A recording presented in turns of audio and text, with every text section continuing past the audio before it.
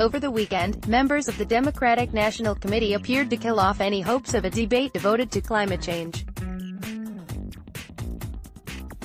Following a Thursday vote by top DNC officials to not hold a presidential debate focused on climate, the full DNC voted 222 to 137 on Saturday not to even allow candidates to debate the issue at hypothetical non-DNC sanctioned events.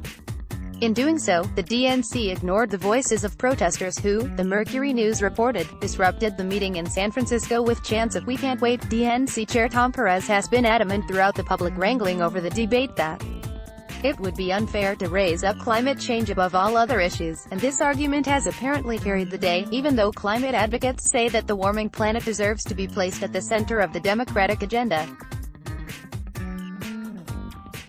What makes this decision notable is not that the Democratic establishment has ignored demands from left-wing activists, everyone is surely used to that by now, but has also publicly broken with the vast majority of Democratic candidates who have publicly indicated they want a climate debate, a group that includes not just lefties like Elizabeth Warren but the relatively moderate frontrunner Joe Biden. Confusingly, the Democratic Party is publicly breaking ranks with the most popular and prominent Democrats in the country, and the DNC needs to offer a better explanation of why it is doing what it's doing. The DNC is largely not a public-facing organization. Its membership, as laid out in the Democratic Party charter, mostly consists of the leadership of the state Democratic parties, the heads of various Democratic organizations like the National Democratic Municipal Officials Conference, and other VIPs appointed by state parties. These people are mostly not famous, and the DNC itself is rarely in the news. A full list of its members, if it exists, is very difficult to find.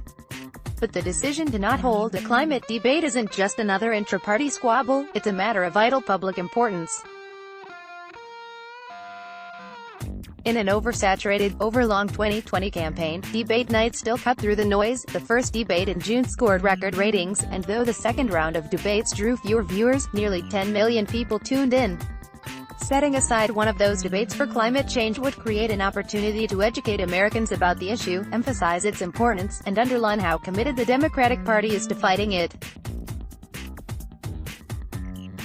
A 7-hour climate change town hall, scheduled to be live-streamed by CNN, will likely have far fewer viewers, and less impact, than an official debate. While defending his record on climate change in May, Biden said of his attitude in the 80s, "I said, we have an existential threat. We are in a situation where, if we don't act quickly, we are going to basically lose almost everything we have." And that's exactly the case. It's even more urgent now. Surely nearly every Democrat, in or outside of the DNC, would agree with that.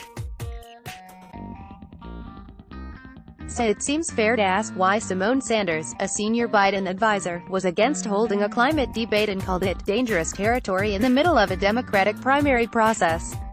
It seems fair to wonder who voted to quash the climate debate, and what positions they hold within the party. Vice asked the DNC for such a list but did not get a response. We also asked the Biden campaign to clarify its position on a climate debate but have not heard back. Perez, the DNC chair, wrote that changing the debate rules to devote an event to climate would amount to putting our thumb on the scale. It might be fair to wonder whether he was partially motivated by the thousands donated to the DNC by fossil fuel company executives. Last year, Perez backed a resolution, which the DNC passed overwhelmingly, that allowed the organization to take money from fossil fuel employees. He said he wanted to make sure the Democrats remain a party of a big tent where all working people are welcome. "We're not a party that punishes workers simply based on how they make ends meet." Do you have inside knowledge of internal deliberations about a climate debate going on inside the Democratic Party? We'd love to hear from you. Using a non-work phone or computer, you can contact Harry Cheadle securely on Signal at 1-929-400-2927 or email harry.cheadleadvice.com. One might also ask whether the Democratic candidates who have loudly supported a climate debate might be willing to challenge the DNC publicly and agree among themselves to hold such a debate with or without DNC approval. If Biden, Warren, and Bernie Sanders all said they wouldn't be a part of any debates unless one of them was devoted to climate, surely the DNC would back down. So why have the campaigns not done so? Vice reached out to the Warren, Sanders, and Kamala Harris campaigns to ask whether they would defy the DNC on the matter, but did not receive a response. A slate of candidates feuding openly with the party establishment would be an extreme move.